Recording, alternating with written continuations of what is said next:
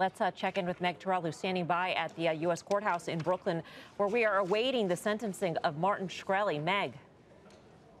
Hey, Melissa. Well, we are waiting for the judge to deliver her sentence right now. She is going through what the guidelines say he could get. Recall that the government has asked for a sentence of no shorter than 15 years, whereas Shkreli's defense team has asked for 12 to 18 months. Now, as we were waiting for the judge, Shkreli did address her. It's the first time he's really spoken during this whole process. He broke down in tears while he addressed the judge, saying that he made mistakes. Nobody put him in this position except himself. And he asked her for the chance to do it again when he said that he would do it right. His voice breaking many times, the judge actually giving him a box of tissues as he delivered that plea to her. Now she is going through what the guidelines say he could be sentenced of, and is running through some letters of support, letters from his family members. So we are waiting for her to issue this sentence really any minute now here, guys, at the Brooklyn courthouse. Meg, has he ever expressed emotion before like this? I always recall him smirking.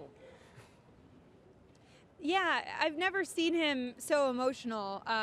He certainly had a very grave tone of voice as he started speaking, and his voice was breaking, and he did appear to break down in tears. It was a very different Martin Shkreli than we have often seen before. Of course, everybody knows that meme that was circulating when he testified in front of Congress when he refused to answer their questions, later called them imbeciles. That's really what Martin Shkreli has sort of become famous for. He really put on a different face here in the courthouse today. His attorney, Ben Brafman, trying to make the point that if he is sentenced to 15 years, Brafman called that a life sentence for Martin Shkreli. He's 34 years old. Brafman trying to say that Shkreli is important to the biotech and medical community because he'll be working on treatments for rare childhood diseases. The government, of course, said Martin Shkreli is not a child. He's a 34-year-old man. He's about to be 35, and he needs to take responsibility for his actions, guys. So we are waiting to hear what the judge is going to say. By the way, he was an investor in biotech firms. He wasn't personally working on any sorts of cure.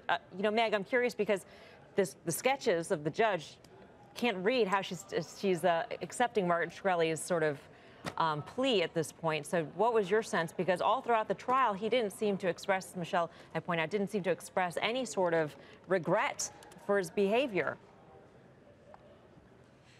Judge Matsumoto, she appears to be a very empathetic person. She did hand him a box of tissues at one point, and she has tried to make clear, as Ben Brafman, Shkreli's attorney, has asked for, that she is not sentencing Martin Shkreli for anything other than the crimes that he was convicted of. Brafman, his attorney, has often said, don't sentence Martin Shkreli for being Martin Shkreli, for raising the price of an old drug by 5,000%, for all of his antics online. So really, she's saying she's sentencing him on his crimes. I think to Melissa's point and also to Michelle's, I think the lack of remorse was something that the prosecution raised in their letter to the judge asking for whatever sentence they requested, was that he had not expressed remorse. So it's very interesting that on this occasion, at the 11th hour and 59th minute, he does express that remorse. But let's be clear here. His crimes did not have to do with the raising of the prices of drugs, something for which he was widely criticized. It had to do with other activities while he was a money manager, hedge fund manager, right, Meg? That's absolutely right, Tyler. He was convicted of 2 counts of securities fraud and 1 of conspiracy to commit securities fraud. The first 2 counts had to do with former hedge funds he ran.